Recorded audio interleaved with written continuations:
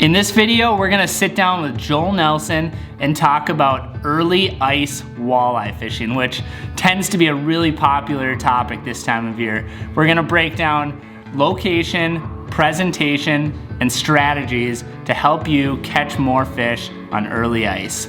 Now, the first part of the equation, of course, is gonna be where are you going to fish? Now, there's a lot of small to medium-sized walleye lakes all throughout the ice belt that can be very productive this time of year, but it seems like the bigger lakes are the ones that get the most amount of attention. And for good reason, of course, because they can be really productive and they can handle a lot of fishing pressure. So now Joel is gonna share a few of his favorite early ice walleye lakes. You know, I really do like Upper Red. It's a great body of water. It's one of those places where you can go out and catch, you know, all kinds of fish and even get some nicer ones too. Lake of the Woods is another one that's just prime.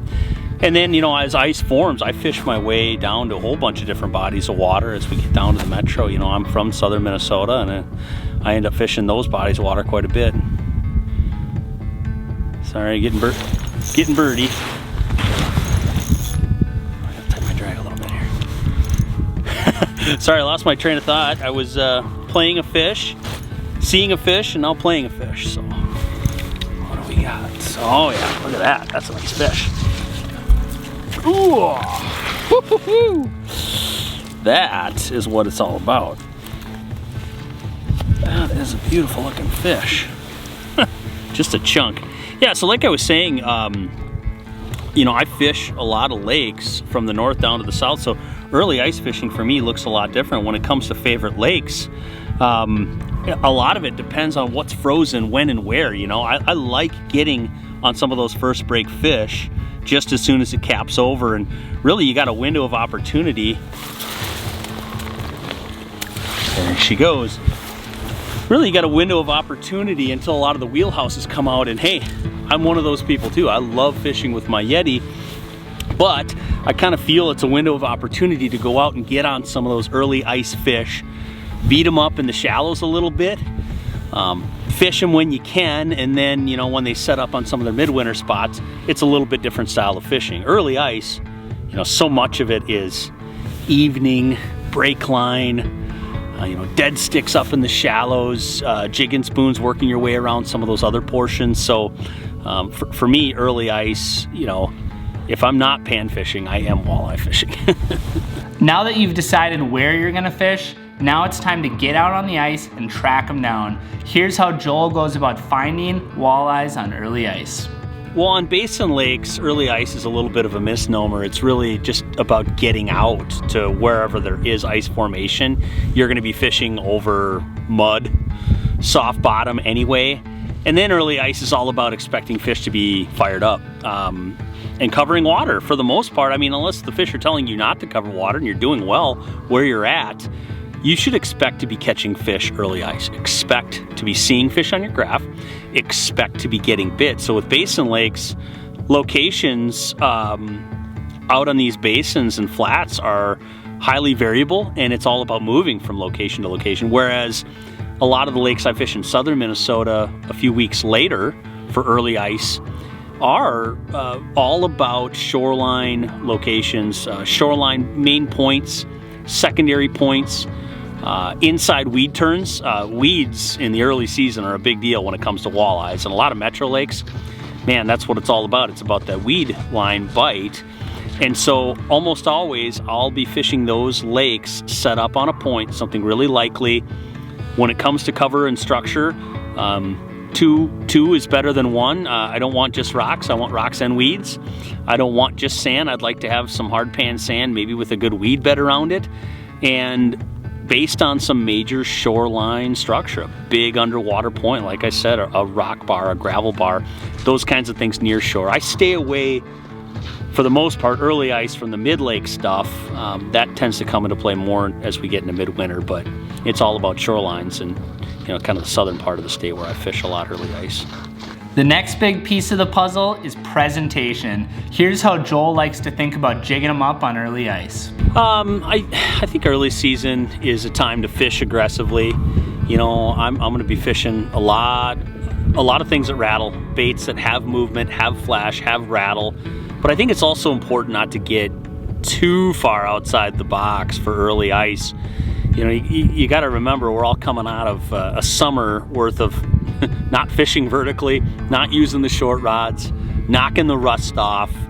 Get back to some of those staples. Fish a standard jigging spoon, a buckshot rattle spoon, something that you have confidence in, because so often early ice is all about getting to a location a little bit more shallow than maybe you're going to be fishing midwinter and riding it out. And you're going to need to entice fish to your location, and you're going to get a window of opportunity, and when they come through, you better be ready to hit them. You better have your ducks in a row. You better have your confidence baits tied on then. Now, Joel mentioned the buckshot spoon as being one of his favorite early ice confidence baits for walleyes, and I agree wholeheartedly. I love to use the buckshot spoon all winter long, but when it's early ice like this and the fish are wild and aggressive and looking to smack big baits, I like to use stuff that's a little bit more loud and proud. So I'm gonna share with you a couple baits that I like to use in this early ice window. Number one is gonna be the puppet minnow. And where I like to use the puppet minnow especially is in clear water systems like Mille Lacs Lake in my backyard and other lakes like that where there's quite a bit of visibility. And why it shines in those situations is because it's action. So you jig your rod tip up about a foot, and what that's gonna do is it's gonna jump this bait way out to the side, and then it's gonna turn around and come back to center. And then you do it again, and it's gonna do that, and it's gonna jump around in all different directions, and that calls fish into your hole. And oftentimes the most aggressive fish are gonna come up and look at this bait, and the awesome thing about aggressive fish is that they're the ones that are most likely to bite. Now, another bait that I like quite a bit is the cousin to the puppet minnow, and that is the brand new rattling puppet minnow. I've been able to use this a little bit on early ice, and I will say that it is definitely a productive bait. It's very awesome. When you look at the puppet minnow right here, one of the biggest differences, as you'll obviously notice, is the fact that the rattling puppet minnow has a rattle chamber in it. So the puppet minnow itself is a silent bait. You're gonna get a little bit of noise when those treble hooks bang up against the body of the bait, but the rattling puppet minnow is gonna be quite a bit louder, so you're gonna have a lot of the benefits of the erratic action that's jumping out away from the hole, but you're gonna have the rattles to call fish in a little bit more. This bait is gonna be a little bit better in darker water, but just an all-around good fish catching bait. Last but not least, a bait that's extremely loud and proud, and that is the rippin' shad. Now, obviously, this bait is gonna have a lot of rattling noise, and where I like to use this bait is darker, dingier water where the fish can't see quite as well. That's where these rattles really come in handy to call fish into your hole, and an early ice walleye that's aggressive is not gonna have any problem coming in and lunching this bait. So that wraps up my baits that I like to use on early ice, in addition to the spoons like Joel had mentioned earlier. Now we're gonna jump into the number one mistake that Joel sees anglers make on early ice. I see, especially in my neck of the woods, I see a lot of anglers fishing where fish are on good shallow structure. And when I say shallow, it can be as deep as 10, 12 feet, right?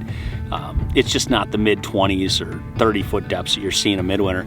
But one of the biggest things that I see that they do wrong, at least in my opinion, is they move around too much. They mistake this idea of mobility, which we've talked about for decades now in the fishing industry.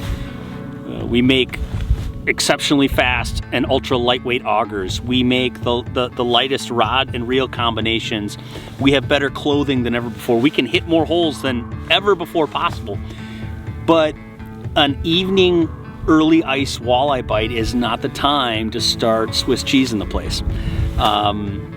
You really need to be careful not to walk over fish in under 10 feet of water. If you've ever seen fish on an underwater camera, how they react to that kind of thing, it's amazing. They turn inside out to get away from that sound. It's incredibly loud. So I like getting set up a good half hour before I expect to be getting bit.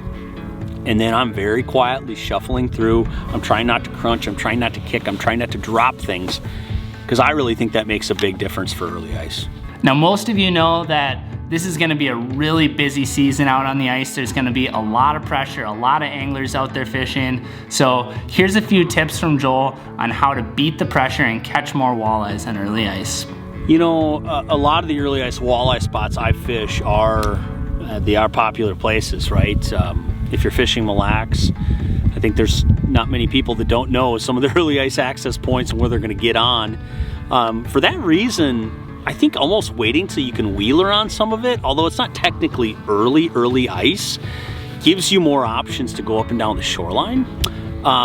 You're always going to get the most pressure from the access points moving outward as people transition from walking and then to taking wheelers further out. So you also got to consider some of these lakes, if you can get on an alternative means. I've been using OnX maps quite a bit now. It's an app that's basically a digital plat book, with more features too, I should add. But at the most basic level, it gives you ownership information, and especially the northern half of Minnesota and a lot of these other lakes in other states have different accesses. State-owned lands, county tax forfeit land.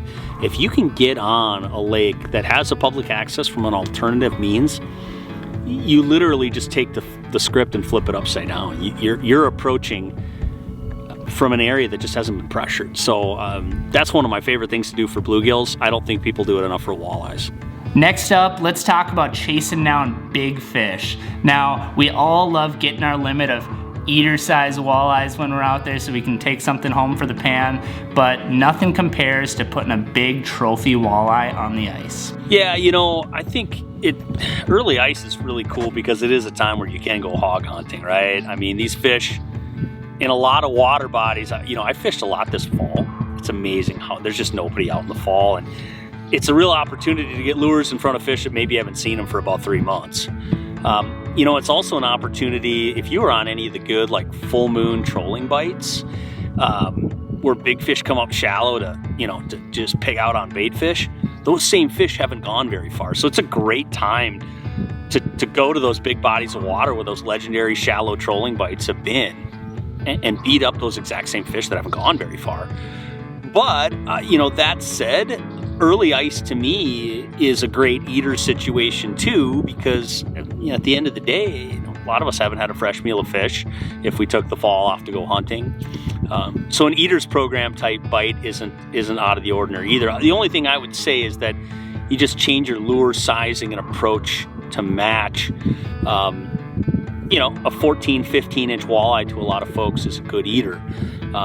You're just not going to be clubbing them over the head with the same ultra aggressive, tons of rattles, big hooks, heavy baits approach if that's your goal for the day. And I think it is good to be realistic with your expectations and goals depending on the body of water you're at. But if there is trophy potential on the lake you're fishing, I think swinging for the fences with at least one bait, maybe that's where you set out a dead stick and, you know, put a big old sucker minnow on it on a Mille Lacs or something like that. You can't go wrong. You really got to try it. I mean, that's what those fish are up there doing. They're up there to eat.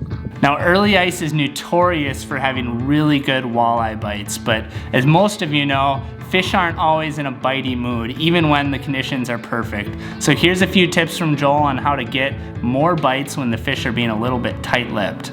You know, I think that's a time to fish more like you would midwinter. More set lines, more live bait, pay more attention to your live bait. You know, if suckers or large fatheads have been getting it done previously and they haven't shown much selection, maybe it is time to buy shiners. It's one of those times when, you know, you're going to turn to live bait as you would midwinter, just because fish can be a little bit negative. And you know what? You're always going to have a couple days early ice where fish are off.